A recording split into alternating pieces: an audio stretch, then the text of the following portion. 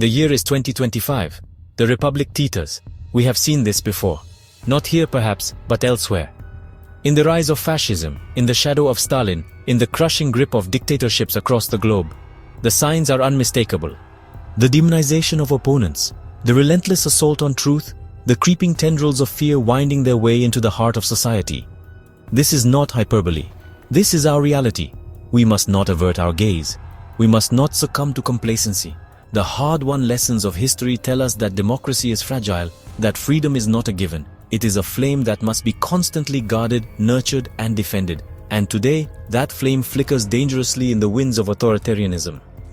The parallels between the tactics employed by modern authoritarian regimes and those used throughout history are chillingly similar. They all share a common thread: a disdain for truth, a contempt for human rights, and a lust for unchecked power. The playbook is not new.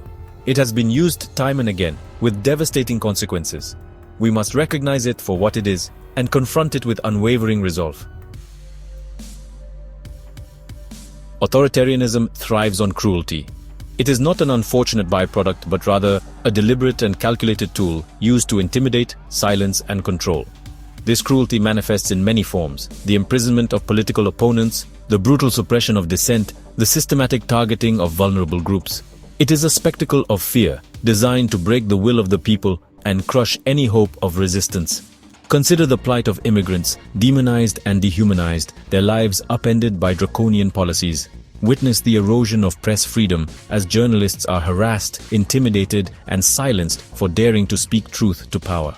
Observe the relentless attacks on the judiciary, the very foundation of an independent legal system, as it is undermined and delegitimized. This is the architecture of cruelty, a system designed to instill fear, to divide and to conquer. It preys on our worst instincts, exploiting our fears and prejudices to turn us against one another. In the face of such calculated brutality, it is easy to feel overwhelmed, to despair. But we must resist the temptation to succumb to apathy or resignation. For in the words of the great abolitionist Frederick Douglass, power concedes nothing without a demand. It never did, and it never will. The parallels between the tactics employed by the current administration and those used by authoritarian regimes throughout history are striking and deeply troubling. The echoes of Stalin's purges can be heard in the threats against political opponents. The ghost of Pinochet haunts the halls of power as the military is increasingly deployed on domestic soil. And the specter of Orban's Hungary looms large as the free press is stifled and civil society is squeezed. Let us be clear, these are not mere coincidences or exaggerations. They are deliberate and calculated attempts to dismantle the guardrails of democracy and consolidate power in the hands of a select few. The warning signs are all around us. We ignore them at our peril.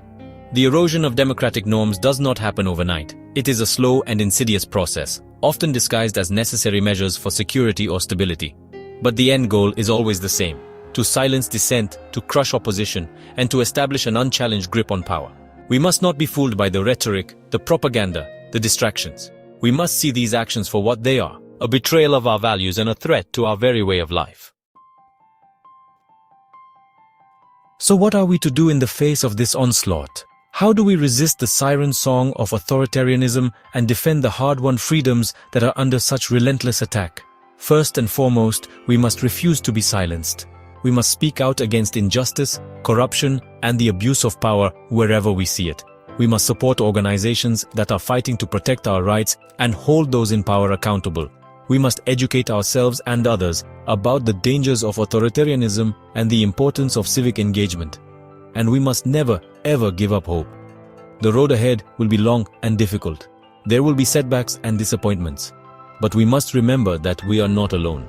Around the world, people are rising up to demand their rights and to defend their democracies. We are part of a global movement for freedom and justice, and together we will prevail.